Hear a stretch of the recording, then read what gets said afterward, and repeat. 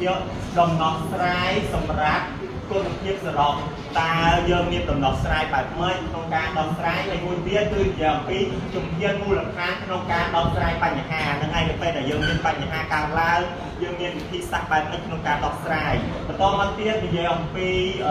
គំរូដោះស្រាយបញ្ហា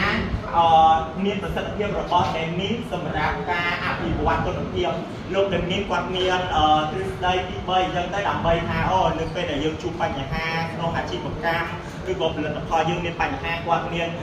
ទ្រឹស្ដីឬក៏ប្រធានបទអី2 3 4 5យើងនឹងលើកឡើងមកជជែកវិញញែកបន្តិចទៀតហ្នឹងហើយអញ្ចឹងយើងអាចដឹងបន្ថែមហើយឥឡូវយើងចូលមកដល់ topic បន្តទៀតគឺការធ្វើសេចក្តីសម្រេចចិត្តក្នុង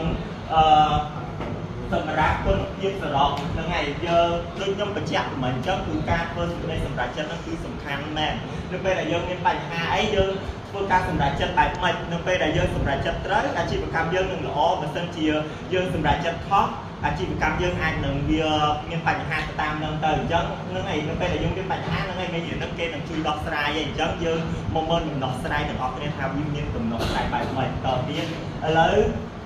ចុងក្រោយដែលក្រុមយើងខ្ញុំនឹងនិយាយហ្នឹងគឺបង្ហាញការបង្កើតថ្មីក្នុងការធ្វើសេចក្តីសម្រេចចិត្ត